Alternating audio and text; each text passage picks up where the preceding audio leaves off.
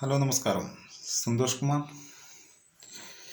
കേരളത്തിലെ മലപ്പുറം ജില്ലയിലെ പാണ്ടിക്കോട് സ്വദേശത്തെ 14 വയസ്സുള്ള 9ാം ക്ലാസ് വിദ്യാർത്ഥി നിപ്പ വൈറസ് പനി ബാധിച്ച് മരണപ്പെട്ടു.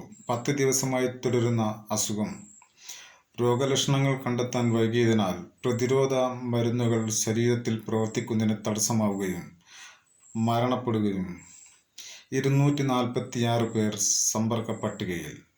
പരിശോധിച്ചവരുടെ റിസൾട്ട് നെഗറ്റീവ്.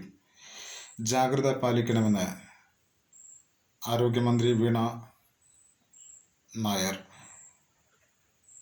ICMRന്റെ കേന്ദ്ര സംഘം രോഗപ്രതിരോധ പ്രവർത്തനങ്ങൾ ഏകോപിപ്പിക്കുന്നതിന് വേണ്ടി കേരളത്തിലേക്ക്. എൻ്റെ വീഡിയോകൾ കൂടുതൽ കാണുന്നതിന് വേണ്ടി ലൈക്ക് ചെയ്യൂ, ഷെയർ ചെയ്ത് സബ്സ്ക്രൈബ് ചെയ്ത് സഹകരിക്കൂ.